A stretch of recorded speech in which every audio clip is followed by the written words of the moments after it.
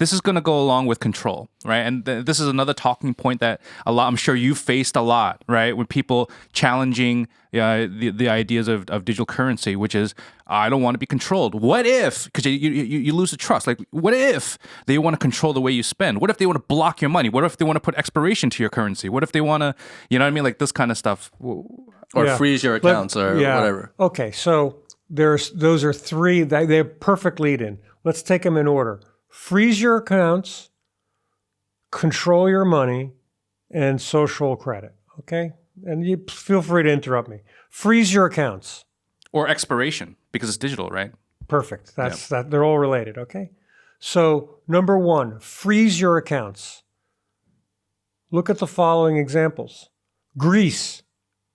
Greece is hardly an authoritarian country. 2015 froze all bank accounts in the nation during the 2015 currency crisis.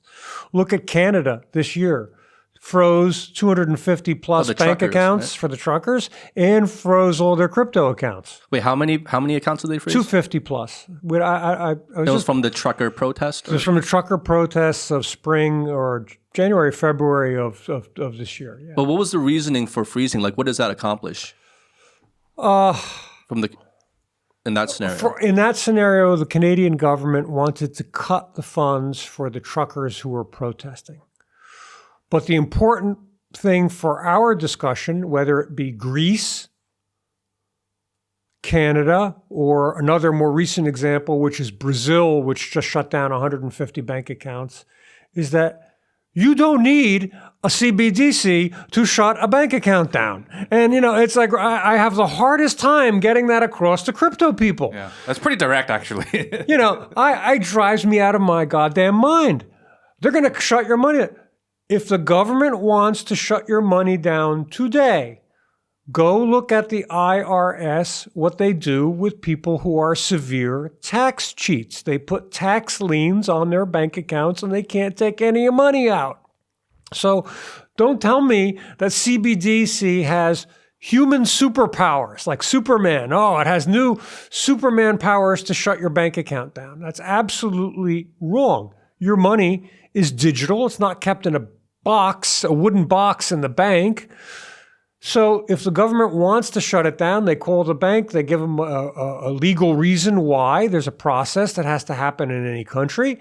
And in Canada, they got an emergency declaration to do this. It was legal. It may have been wrong. I'm not saying it was the right thing to do, but it was done within the legal parameters of Canada. And it was done. The point is, account freezes do not require central bank digital currency. Yeah. It exists. So the first part was stop your bank account. And the next one gets to the very issue of programmable money. Timing of money. The money, the crypto, the central bank digital currencies are going to have an expiration date, and it's evil. Right? One of the comments were, okay, what if they need to stimulate the economy? So they want to put expiration to, you need to spend this much money to stimulate the economy or whatever. So, and that's a great thing. So the world is of two minds when it comes to programmable currency. And it's really funny to watch. So let me give you the best possible example. They used to call it the food stamps program, basically social payments in the United States to assist people with giving people money to eat, right? So that program, of course, advanced. They no longer have stamps, but they give away debit cards. And you know what? Those debit cards have a limit on them. You got to use them within 6 months. And you know what? If you take that debit card and you take it to a gun store, no good. Not going to work. And if you take it to an alcohol or liquor store, not going to work. I ask you, is that programmable money? Yeah. Your debit card is programmed to have certain uses to it. Now, most sane people in the United States say, yes, this is social payment. This is money from the government, and we have the right to tell you how you can or cannot use your money, including time limits and use cases. So the first thing that I hear about central bank digital currency is, oh my God, it's programmable money. It's the worst thing in the world. And my answer is no, you already have it and you already want it. Now, so the question is, will your money time out?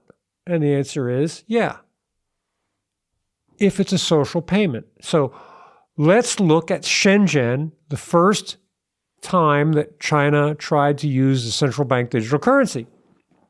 They actually gave people hongbao, red envelopes, presents. You would apply. There was a lottery.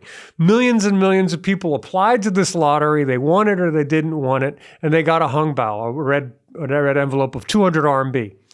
The red envelope had the following conditions on it. You had to spend it in 2 weeks. You could not save it to your bank account. You couldn't move it up. You actually had to use the money. And you couldn't just give it to a family member. They tried to restrict it so that you had to buy stuff with it to pump up the economy. And that's an example of a programmable currency, a programmable central bank digital currency being used in China today. Is it evil? All right. So that's the first part. The second part for programmability is what people don't really understand is they don't understand that if you got, let's say, so what people do not understand is that from your digital wallet to your bank account, there is free transition of money. In other words, your money goes from your wallet to your bank account back and forth freely and easily.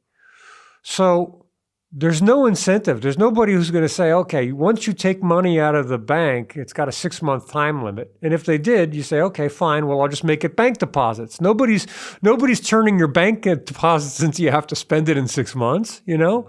So it's sort of a nutty concept.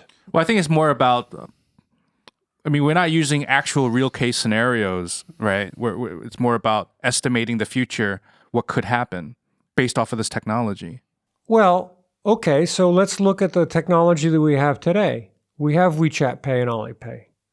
Has the government, look, other than tax cheats and people who have been arrested for some crime, we don't see a government campaign to control people's money through WeChat Pay and Alipay, and it's already been around for a while. So, this concept that the government wants to control your money, I think is a little bit, okay, you want to look in the future and look at it? Okay, I agree. It's something that should be looked at. But there's plenty of mechanisms that we could build as a central bank digital currency that would prohibit that. That's the best answer I got. All the concerns that we may have with CBDC, it can technically happen now. Like, it's not a huge difference, right? Yeah. So, and then I think that's the point that I think we got to, if you want to envision a dystopian future, all right, you can envision the same dystopian future with CBDC as you can with cards and banks today.